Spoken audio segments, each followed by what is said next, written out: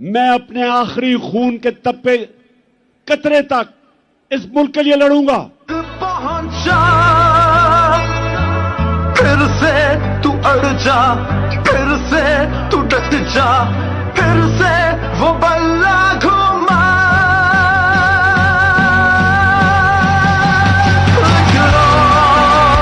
कदम बढ़ा, फिर से वो लम्हा दोहरा जब जीत के आया था, फिर से वतन को जिता। एक और कदम बढ़ा, फिर से वो लम्हा दोहरा जब जीत के आया था, फिर से वतन को जिता। इंशाअल्लाह जब मुस्तकबिल में इंशाअल्लाह इस मुल्क की तारीख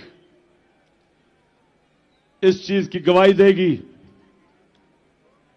कि इमरान खान अपने मुल्क के लिए आखिरी गेंद तक लड़ता रहा, आखिरी गेंद तक, आखिरी वक्त तक अपने मुल्क के लिए खड़ा रहा था।